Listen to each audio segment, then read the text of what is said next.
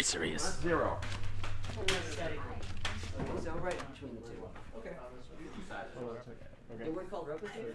Okay, we are ready to roll, please. Prepare for camera roll. Quiet on the set. Scene 65, take 4. And action. Reading something ahead, Commander. It looks to be a nebula. Slow to warp factor 1, Lieutenant. Sensor scans, Mr. Bernstein. And cut. Cut. We've cut. I'm James Cawley, and I'm the executive producer and the guy that started this whole project, and I play Captain Kirk. And everybody says, why on earth did you do this? And my answer is always the same, because when I was 12 years old, I would run around the neighborhood in my Star Trek uniform with all my friends, and we were playing Star Trek. So this is just an extension of all of that, except the toys are much better. We decided to do the child because I had the good fortune of just running into John Povil. I was in Long Beach, California at the opening of the Star Trek World Tour exhibit. And I had wanted to meet John for a long time and had no idea he was going to be there. And I asked a buddy of mine, if he knew how to find him. And he said, well, he's going to be here tonight. And so I met him as he came in the door. And I said, I've waited, 20 years to meet you. So we started talking, and I told him a little bit about our project, and I said, would he be interested in coming to be a part of it? And he said, let's do the child. It was his idea. Let's do the child. I just thought it was a brilliant thing to do. I worked on Star Trek Phase 2, the original version, and I worked on Star Trek the Motion Picture. Directing is way more fun than writing. This is hard work too, for sure.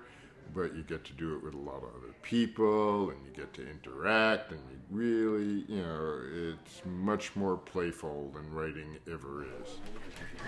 But I don't, it's not so much the line itself, I'm just looking for some kind of consistency. I have to ensure that things stay consistent between shot to shot, that people are at stations when they need to be. If we're cutting between like a crossed arm pose and this sort of pose, it's not awkward looking. And that they use the same color hypo sprays and all that sort of stuff. Davey, how are we splitting up this master? How far are we? What's the out point? I think Star Trek is in great hands here.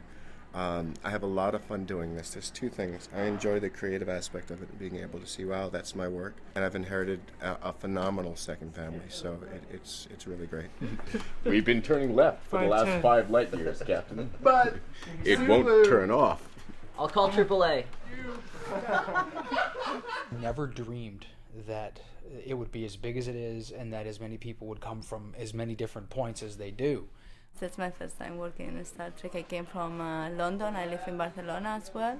So I'm thinking to move out to Barcelona now. But yeah, coming here for 2 weeks to work in the child, have a really nice experience, meet really nice people. The biggest reason I come up here are the people. I work with amazingly wonderful people. They're extremely talented, and they're just lovely, wonderful human beings. Action. Doors. Damage report.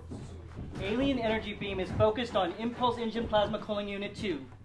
I think what we're doing is very important because we've taken Star Trek into our own hands and created something that is what we really feel that Star Trek is all about. Set. Audio. Hold on. Quiet on set. Whether there's new people or old people coming in, nobody gives up. They just want it to be the best it can be, and I think it all fell into place for the child. I think it was just a fun experience. Good. Sound is happy with that. Sound is happy with that. Nice levels, you guys. James is very, very passionate about the authenticity of this bridge. This is like museum quality, this bridge. He takes great pains to make sure that it is. Makeup for this shoot involves a lot of character, just like your standard character makeup, base and stuff like that. But then also you got Spock, and you've got some of the diseases and stuff like that, and that's what we have to take care of here, putting Spock's ears on and making him look like, we're not even trying to make him look like Leonard Nimoy, but Brandon looks like Leonard or Zach Quinto. It takes about an hour and a half to put on the ears and the makeup and the blending and put it all together. Certainly as this thing has grown, my family has grown. So, to have this extended family has been a blessing, and to watch it grow and to see the reaction of people when they come for the first time, and it's just been this amazing. I think that's probably the best part of all this thing, is the friendships that you make and who the people are, where they come from.